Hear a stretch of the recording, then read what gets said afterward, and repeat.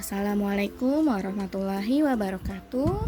Anak-anak kelas 5 semuanya apa kabar? Semoga kalian selalu sehat dan juga selalu semangat ya. Hari ini Ibu Yuda masih akan menjelaskan tentang penjumlahan pecahan, yaitu kali ini antara yang bentuknya persen dengan yang berbentuk desimal. Oke, kita langsung saja masuk ke contoh soal ya. Perintahnya itu adalah nyatakan hasil penjumlahan dalam bentuk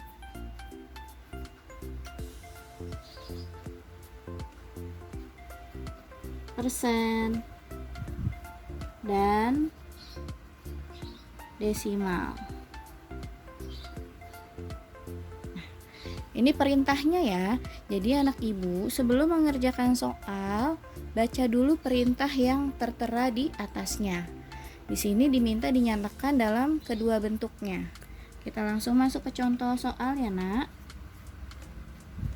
Contohnya yaitu 22% ditambah 35,5.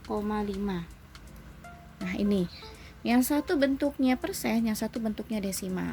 Karena beda bentuknya, maka kita harus pilih salah satu. Mau dirubah kemana bentuknya? Ya, apakah dirubah ke persen atau dirubah ke desimal? Ibu akan jelaskan dua-duanya ya. Cara yang pertama ya. Misalnya kita akan merubahnya ke persen. Berarti 35,5 yang bentuknya masih desimal kita rubah ke dalam bentuk persen ya. Ini kita rubah dulu ke pecahan biasa. Ada satu angka di belakang koma, maka dia per 10. Maka di atasnya 355 per 10. Kita rubah menjadi persen, yaitu dengan cara kita kalikan 10 per 10 ya, supaya penyebutnya menjadi per 100. Sehingga di sini menjadi 3.550 per 100.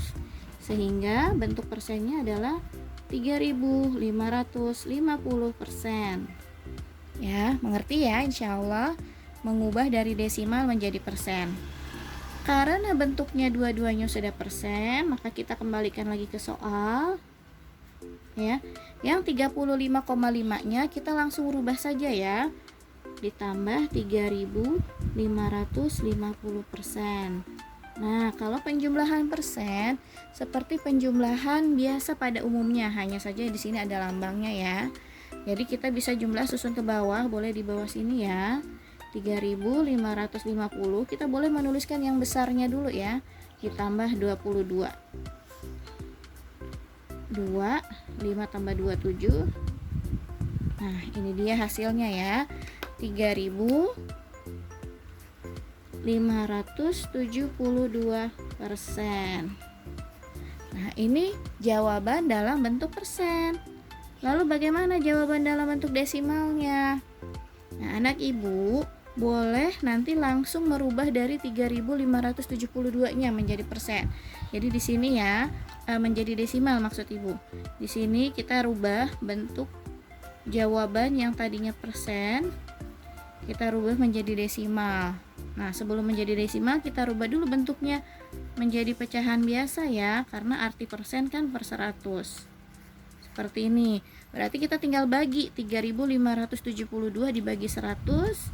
Ya, betul. Hasilnya 35,72. Oh, maaf. 35,72 saja ya. Nggak pakai persen karena di sini bentuknya desimal ya, jadi seperti ini 35,72. Selesai. Baik anak-anak, selanjutnya ini adalah cara bagaimana kalau kalian ingin merubah yang persen menjadi desimal ya. Jadi di sini cara mengubahnya ya, 22% kita rubah jadi pecahan biasa, yaitu 22 per 100. Sehingga 22 dibagi 100 hasilnya adalah 0,22. Ini dia penjambarannya ya. Nah, setelah kita dapatkan bentuk desimalnya, lalu kita kembalikan lagi ke soalnya ya. yaitu 22% ditambah 35,5. Nah, kita rubah tadi 22%-nya sudah dirubah menjadi desimal adalah 0,22 ditambah 35,5.